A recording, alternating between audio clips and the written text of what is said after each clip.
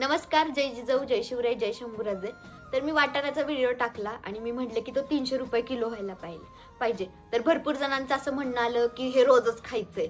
बरं ठीक आहे, रोजच खायचंय ना. जर काही शेतकऱ्याने एकच वर्ष त्यांच्यापुरतंच अन्न पिकवलं, त्यांच्यापुरतंच धान्य पिकवलं, तर काय होईल मग आपल्या सगळ्यांचं?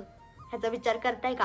आणि त्याचबरोबर रात्रीचं पाणी, रात्रीची लाईट असते त्यावेळेसच दारी देता येतात आणि त्याचबरोबर रात्रभर त्याच शेताची राखण करावी लागते का तर ती पिकं आपल्या हातात यावी, आपल्याला त्याच्यातनं पैसे भेटावेत असे. आणि त्याबरोबर हे खाली जे दिसतंय ना ते दृश्य, ते तर सगळ्यात खतरनाक आहे. आज गेले 2 वर्ष झालं, आज माझ्या रानामध्ये मी एक प्रकारचं सुद्धा पीक घेतलेलं नाही. का माहितीये का?